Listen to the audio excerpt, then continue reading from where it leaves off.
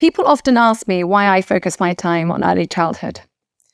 Well, the answer is because I care deeply about making a positive difference in helping the most vulnerable and supporting those who are most in need. It is also about the many young people and adults who are suffering. We must do more than simply meet the short-term needs of these individuals. We must also look at creating long-term preventative change, and that takes us right back to the beginning. Catherine's very brief personal motivation. Well, the answer is because I care deeply about making a positive difference in helping the most vulnerable and supporting those who are most in need. Is a stepping stone to the early general motivation she gives, one that includes all people. Thus, she quickly shifts from the personal pronoun I to the collective we. We must do more.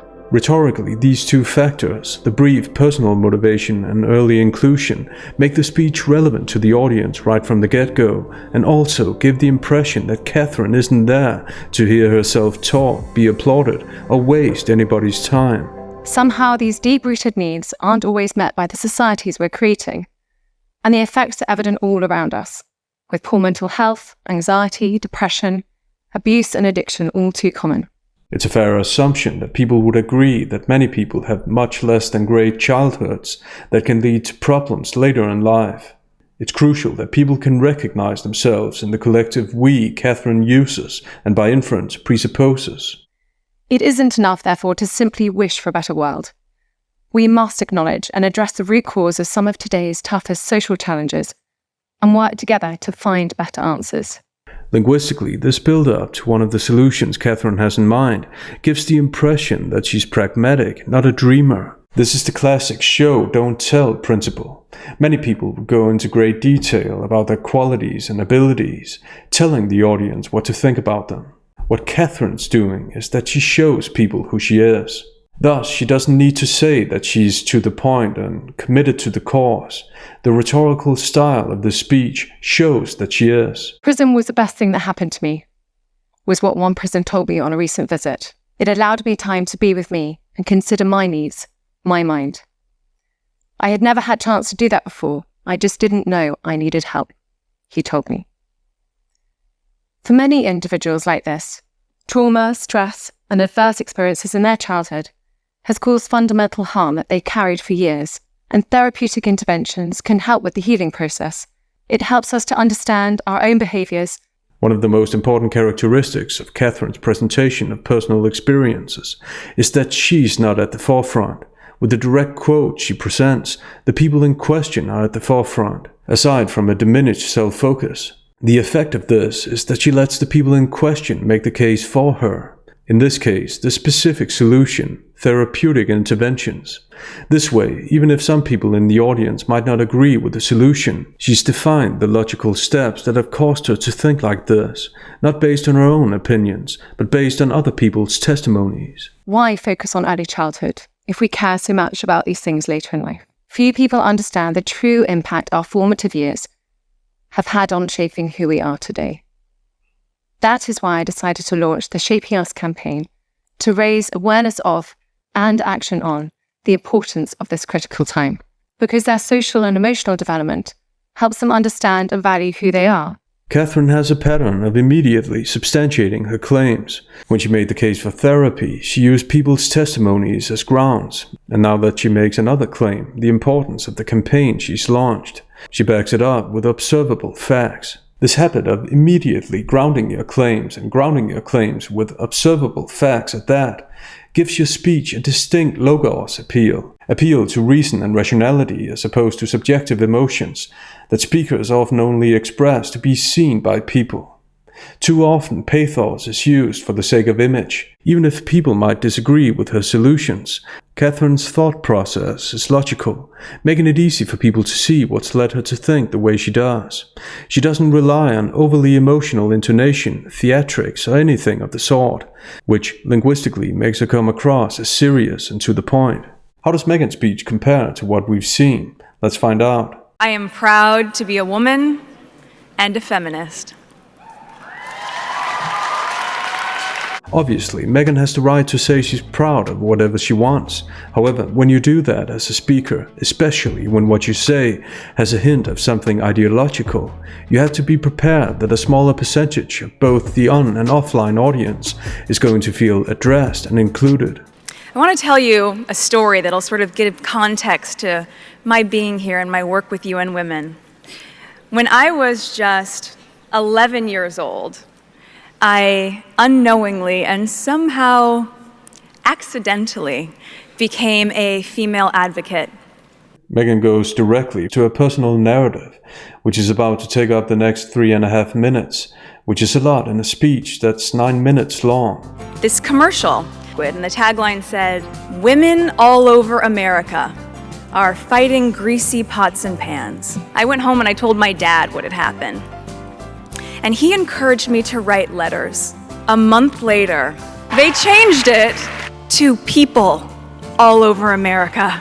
Next, notice the effective prosody, vowel stress, and micropauses Meghan uses to conclude what she wants the audience to think about her impressive achievement. It was at that moment that I realized the magnitude of my actions. At the age of 11, I had created my small level of impact by standing up for equality. With this, Meghan is telling, not showing, unlike Catherine. Also, unlike Catherine, Meghan's now spent 3.5 minutes on a narrative that doesn't promote the work that she's doing or should be doing for this organization. With this impression management, there's a distinct self-promotional feel to the speech, and therefore, it can be hard for both on- and offline audiences to feel included. The elimination of gender inequality won't be possible until 2095. That's another 80 years from now. Effective prosody is often used to compensate for the lack of content, and it seems fair to assume that that's the case here, as Meghan hasn't even defined what she means by inequality. So this is covert argumentation, meaning that the speaker doesn't define her presuppositions. The percentage of female parliamentarians globally has only increased by 11% since 1995. 11%? In 20 years? Come on. This has to change. Women.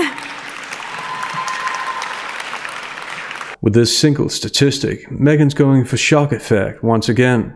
Her definition of equality is implied here. To her, it's about equality of outcome, about being able to present the right percentages. Thus, she looks at people as groups first and foremost, which innate characteristics they share, not as individuals that can be quite different from each other in terms of opinions and goals, even though they share the same innate characteristics. She says it needs to change, but how? Which specific and tangible plans are there to achieve this equality of outcome she allegedly wants? Let's find out, if we can. The way that we change that, in my opinion, is to mobilize girls and women to see their value as leaders and to support them in these efforts. What should this mobilization look like? Which efforts should people support, and what are these efforts? Are we talking policies, quotas? What is this? Meghan doesn't tell us. She says it needs to change, but doesn't define what needs to change and why.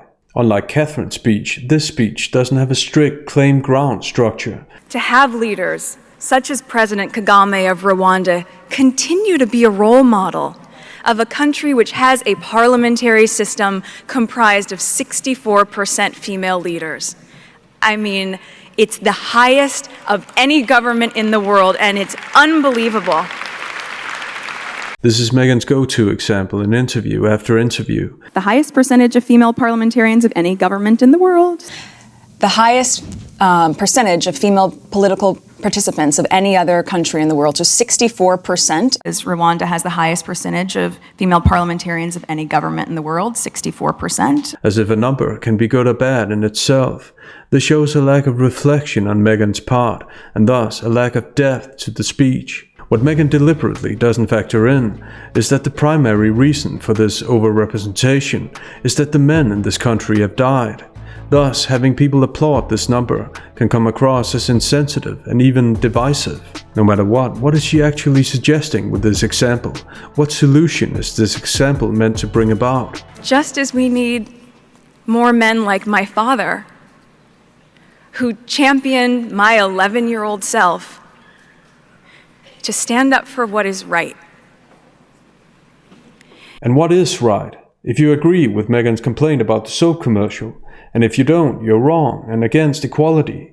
Is that it? What does a single percentage about parliamentarians have to do with the soap commercial?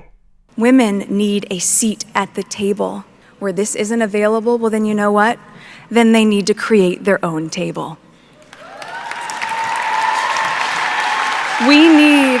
What table is Meghan talking about, and how and why should they build it? What we're about to see is pathos appeal to the nth degree, in direct contrast to the logos appeal that characterized Catherine's speech. May we empower each other to carry out such vision, because it isn't enough to simply talk about equality.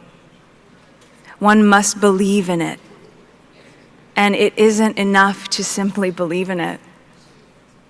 One must work at it. So after people haven't just talked and believed in it, what is it that they should work on? Should they work according to Meghan's definition of equality? What about differences between what the two genders want and are interested in doing? And where does the soap commercial fit into all of this? Meghan's speech is a fragmented collection of platitudes. It's focused on Meghan. It relies heavily on acting. Catherine's speech follows a strict claimed grounds pattern and gives at least one specific solution. And she doesn't use theatrics in her presentation, quite the contrary. And this week the world is watching as you cement your place in history by showcasing the good that you are doing today, in the present moment, as we embrace the moment of now to create a better tomorrow.